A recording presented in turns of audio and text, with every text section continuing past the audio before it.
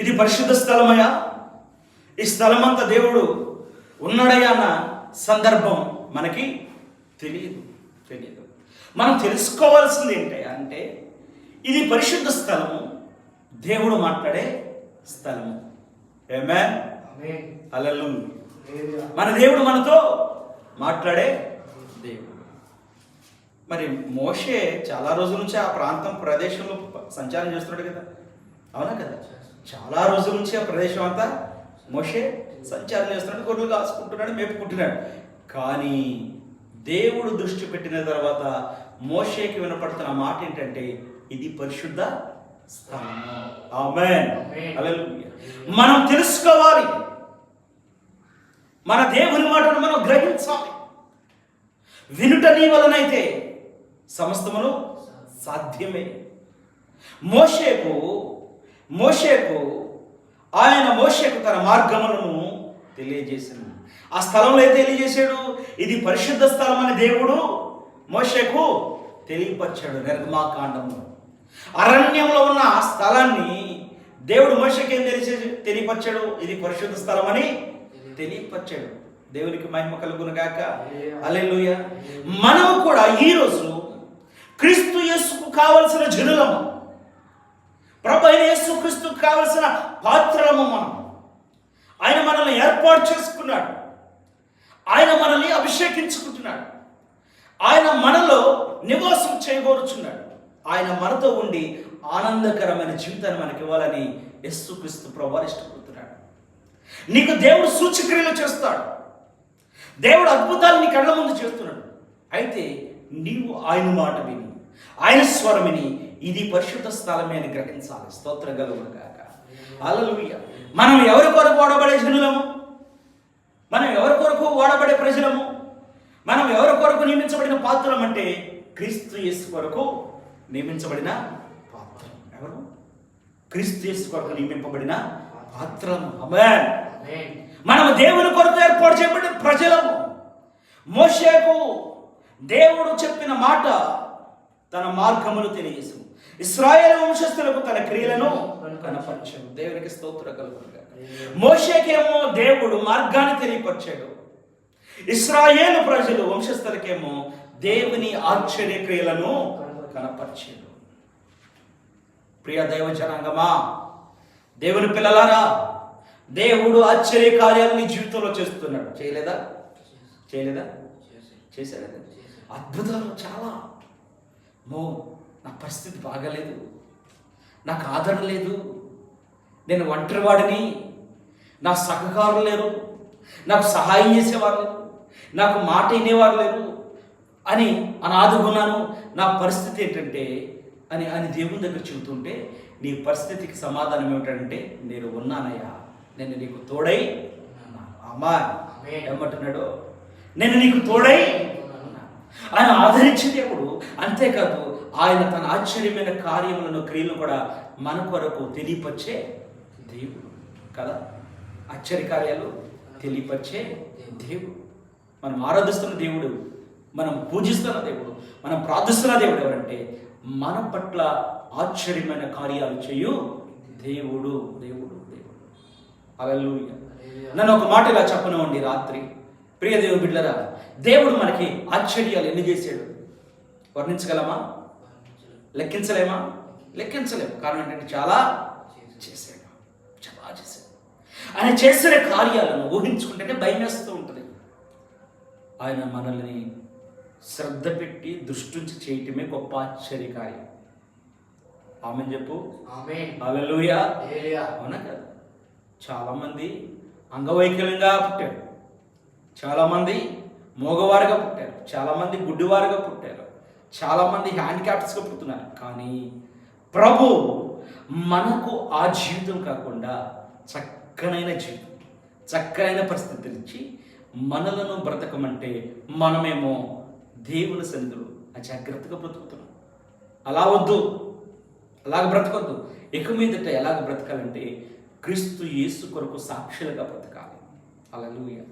ఎలా బ్రతకాలి? యేసుక్రీస్తు ప్రభు కొరకు సాక్ష్య జీవితం కలిగి బ్రతకాలి. ఆమేన్. చెప్పండి గట్టిగా ఆమేన్. హల్లెలూయా. మన దేవుడు ఎవరు? మన దేవుడు ఎవరు? ఆశ్చర్య కార్యాలు ఆయన ఇశ్రాయేలుకి ఏం తెలియపరిచాడంట? తన క్రియలను కనపరచును. దేవునికి మహిమ కలుగును గాక. ఈ క్రియలు ప్రభు చేసే అద్భుతమైన క్రియలు ఎవరికి తెలియపరచాడు? ఇశ్రాయేలులకు తెలియపరచాడు. అవునా? తెలియపరచలేదు. ఇశ్రాయేల్కి ఏ క్రియ తెలియపరచాడు? ఇశ్రాయేలుకు ఎర్ర సముద్రం అడ్డుకుంది, దాన్ని ఏం చేశాడు? రహదారిగా, ఆరిన నేలగా చేశాడు. దాన్ని దాటిపోయేలాగా చేశాడు. స్తోత్రం కలుగుగాక. ఆయన క్రియ చేశాడు ఇశ్రాయేలుకి. ఆకాశం నుండి ఈ ప్రజలని ఇశ్రాయేలు అడిగితే మన్నాను కురిపించాడు. మన్నాను అవునా కదా? మన్నాను ఇచ్చాడు. అంతేకాదు పొడేళ్లను కురిపించాడు. అంతేకాదు శత్రువు చేతుల నుండి వారి ప్రాణములను రక్షించాడు. దేవుడు శక్తిమంతుడని రుజువు చేసుకొని ఆయన వారికి కనపరుచుకున్నాడు. ఆయన క్రియలను వారికి కనపరిచాడు.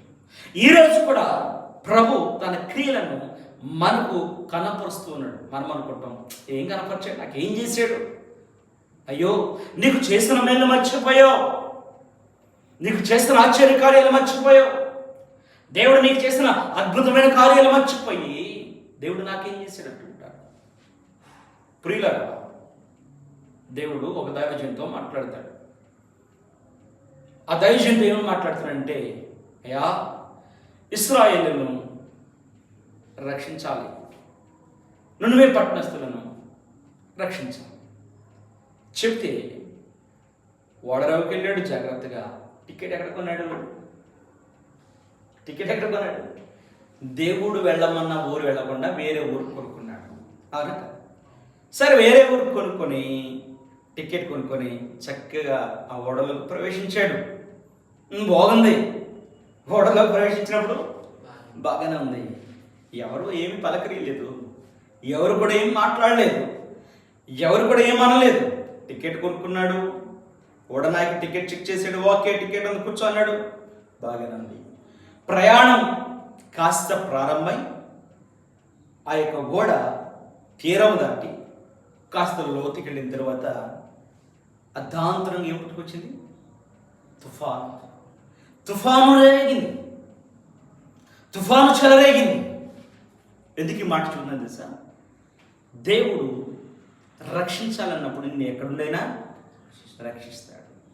ఆయన పనిని మనతో చేయించుకోవాలనుకుంటే మనల్ని ఎలాగైనా ఆయన పని చేయించుకుంటాడు. మనం ఎన్ని వేషాలు వేసినా మన వేషాలన్నింటిని ఆపి ఆయన అదుపు చేసి మనల్ని గుర్రం గనక కళ్ళెముతో సారి అది అదుపు చేయబడినట్టుగా దేవుడు తన యొక్క పనితో, తన చిత్తముతో, తన దగ్గరున్న సృష్టి ఆయుధములతో మనల్ని కంట్రోల్ చేస్తాడు. ఇక తుఫాన్ వచ్చింది, అందరూ అలసడి కలవరపడుతున్నాడు. యోనా మాత్రం కలవరపడలేదు. ఆయనకు అర్థమైపోయింది, ఇది నా వల్లనే జరుగుతుంది. అక్కడ జరుగుతున్న క్రియలన్నీ యోనాకు అర్థమవుతున్నాయి. ఇక్కడ దేవుని యొక్క వాక్యం ఇశ్రాయేలు వంశస్థులకు తన క్రియలను కనపరచను. మనకు అర్థమైపోయింది, ఈ క్రియలు జరగట కారణం నేను దేవుని దగ్గర సరిగా లేదు కాబట్టి ఈ విధమైన కష్టం జరుగుతుంది. ఆశీర్వాదం వస్తేనేమో ఏమి పట్టించుకో, అదే నష్టం జరుగుతుంటే ఆలోచనలో పడిపోతుంటాం కదా. నష్టం జరుగుతుంటే ఆలోచనలో పడిపోతాం. మన దేవుడు ఎవరంటే మనల్ని నష్టపోతూ చూస్తే ఉండే దేవుడు కాదు. మన దుఃఖమును కారుస్తుంటే ఆయన మన కన్నీళ్లను తుడిచే దేవుడు. ఆయన మన మీద బహు ప్రేమ చూపిస్తున్నాడు. హల్లెలూయా. ఎంత గొప్ప ప్రేమ అంటే భూలోకములో ఎవరు చూపలేనంత ప్రేమ, ఎవరు పంచలేనంత ప్రేమ.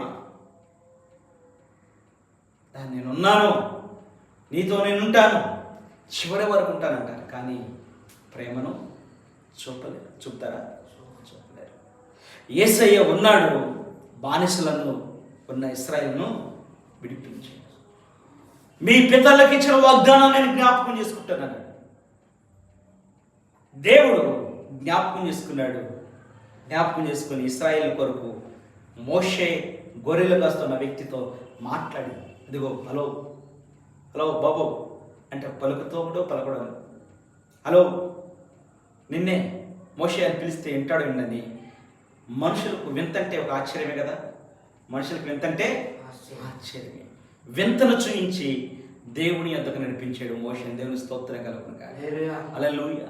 ఈరోజు ప్రభు నిన్ను కూడా కొన్ని వింతలు చూపించి, కొన్ని ఆశ్చర్యమైన కార్యాలు చూపించి, ఏ మనుషుల దగ్గర జరగని అద్భుత కార్యాలు దేవుని దగ్గర జరిగినప్పుడు నువ్వు విని ఆశ్చర్యపోయి, లేదా నీ కుటుంబంలోనే కొన్ని కార్యాలు ఆగిపోతే నువ్వు దేవుని దగ్గరికి వస్తే ఎన్నో సంవత్సరాల నుంచి ప్రయత్నం చేసి చేసి చేసి చేసి అలసిపోయి చివరిగా ఆ ప్రభు దగ్గరికి వెళ్దాం ఏదో చేస్తున్నాడంటని ఆశ్చర్యం కోసం వస్తే ఆయన నీ కన్నుల ఎదుట ఆ ఆశ్చర్యమైన కార్యాన్ని చేసి చూపించి ఆయన తన మార్గంలో నిన్ను నడుపుతున్నాడు. స్తోత్రం కలుగును గాక. హల్లెలూయా. నీవు ఆయన మార్గంలో నిలిచి నడుచుదువుగాక, నిలిచి ఉందువుగాక, సంఘములో ప్రతిష్ఠ చేయబడుదురుగాక, ఆత్మకార్యాలు మీరు అనుభవించుదురుగాక, ఆశ్చర్య కార్యాలు మీరు చూచుదురుగాక. దేవుని ప్రజలై ఆయన సొత్తైన ప్రజలుగా మనమంతా ప్రకాశించే సియోనులో చేరుదుముగాక. ఆమేన్. హల్లెలూయా. నా ప్రభు చెప్తున్నాడు, నా ప్రభు మాట్లాడుతున్నాడు బిడ్డలారా. నా ప్రభు చెప్తున్న మాట ఇదే. ఈ రాత్రి ఆశీర్వాదకరమైన రాత్రి, ఈ రాత్రి దీవెనకరమైన రాత్రి, ఈ రాత్రి నువ్వు మేలు పొందే రాత్రి, ఈ రాత్రి దేవుని వాక్యం వింటున్న నీవు. మోషేకు దేవుడు ఏం తెలియపరిచాడు? మోషేకు దేవుడు తన మార్గాన్ని తెలియజేశాను. నీకు కూడా ప్రభు అయిన యేసు క్రీస్తు వారు తన మార్గాన్ని తెలియజేస్తున్నాడు. ఆయన మార్గం పేరు ఉంటుంది యోహాను సువార్తలో, నేనే మార్గం, నేనే సత్యం. మనం ఆరాధించే నజరేయుడైన యేసుక్రీస్తు మార్గములో సత్యం ఉంది, జీవం ఉంది. ప్రియులారా, ఎడారిలో సత్యాన్ని కనపరిచాడు మోషేకు దేవుడు. ఎడారిలో తన యొక్క శక్తిని తెలియజేశాడు. నీకు ఏ పరిస్థితులైనా, కుటుంబ పరిస్థితులు బాగాలేదా, ప్రభు సరి చేస్తాడు. ఆరోగ్య పరిస్థితులు బాగాలేదా, ప్రభు ఆరోగ్యం ఇస్తాడు. ఆదరణ లేక కొట్టుమిట్లాడుతున్నావా, రా ఆదరణిస్తాడు. దేవునితో నువ్వు నడవాలని ఆశపడుతున్నావా, పరిగెత్తుకొని ప్రభు దగ్గరికి రా, ఆయన నీ ఆశను తీరుస్తాడు. కానీ ఎలా రావాలో తెలుసా? నమ్మకం, విశ్వాసం. నమ్మకం, విశ్వాసం ఈ రెండు నీలో ఉంచుకొని దేవునితో నడవటకు సిద్ధపడితే ఆయన నిన్ను నూతనమైన జీవితంలోనికి నడిపిస్తాడు. ఆశ్చర్యమైన కార్యం మోషేకు దేవుడు కనపరిచి, ఆశ్చర్యమైన విషయాలను దేవుడు మోషేతో మాట్లాడుతున్నాడు. మోషే ఆ వింతను చూసి దేవునికి సరెండర్ అయ్యాడు, దేవుని దగ్గర లోబడ్డాడు. ప్రియులారా, ప్రభు అయిన యేసుక్రీస్తు వారు నీతో మాట్లాడుతున్నాడు, నిన్ను దర్శిస్తున్నాడు, నిన్ను ప్రేమిస్తున్నాడు. అయితే నువ్వు ఎక్కడికి రావాలంటే దేవుని సన్నిధికి రా. ప్రభువాక్యమును అంగీకరించు, ఆయన ఆత్మలో నింపబడు, ప్రకాశించి సియోనులోకి రా, దేవుని మందిరంలోకి రా. ఆయన మోషేకు తెలియపరచినట్టుగా మీకు కూడా మీ పరిస్థితిని ఏంటో తెలియపరిచి, మీరు ఎలాగుంటే, ఎలాగ ప్రార్థన చేస్తే, ఎలాగ జీవిస్తే మీరు క్షమాభివృద్ధి పొందుతారో దేవుడు మీతో మాట్లాడతాడు. ఈ వాక్యం దేవుడు తన వెనుకల్లో దీవించునుగాక. ఆమేన్.